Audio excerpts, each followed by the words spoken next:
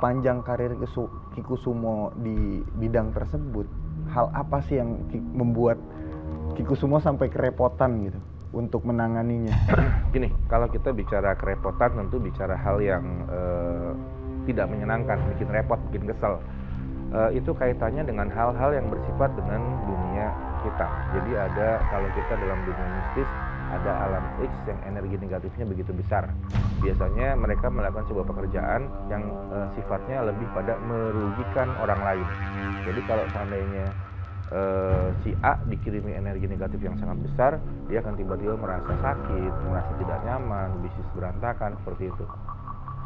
Orang umum menyebut ini santet, seperti itu. Dan jika itu terkirim, memang nyatanya akan aur-auran, apa yang dilakukan berantakan, kadang sakit, urusan rumah tangga bisa berantakan, dan lain-lain. Nah, hal-hal seperti inilah yang terkadang saya tangani, saya lakukan proses bagaimana supaya energi negatif yang besar kita hilangkan, nolkan. Setelah itu kita berikan sebuah energi positif supaya dia menjadi lebih bermakna dalam menjalani hidup ke depan.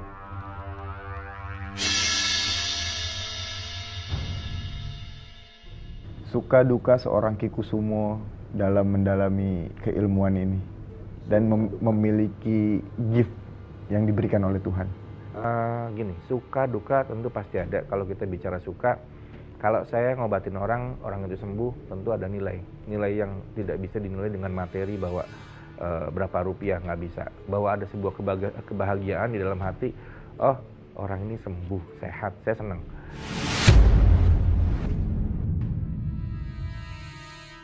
Kita nggak bisa menampik ya bahwa paradigma di masyarakat itu paranormal atau ahli spiritual itu memiliki image yang bisa dikatakan negatif lah kalau quotes and quotes. Nah, Kikusumo sendiri menanggapi ini seperti apa sih? Di Indonesia yang namanya paranormal tidak negatif, karena biar bagaimanapun di mana-mana dunia itu selalu ada positif dan ada negatif, dan semua orang juga saya pikir sudah tahu ada negatif dan ada positif juga dalam dunia spiritual. Tentu yang berkaitan dengan negatif yang lebih ke arah-arah buruk seperti santet, mungkin hal-hal yang sifatnya merugikan orang lain.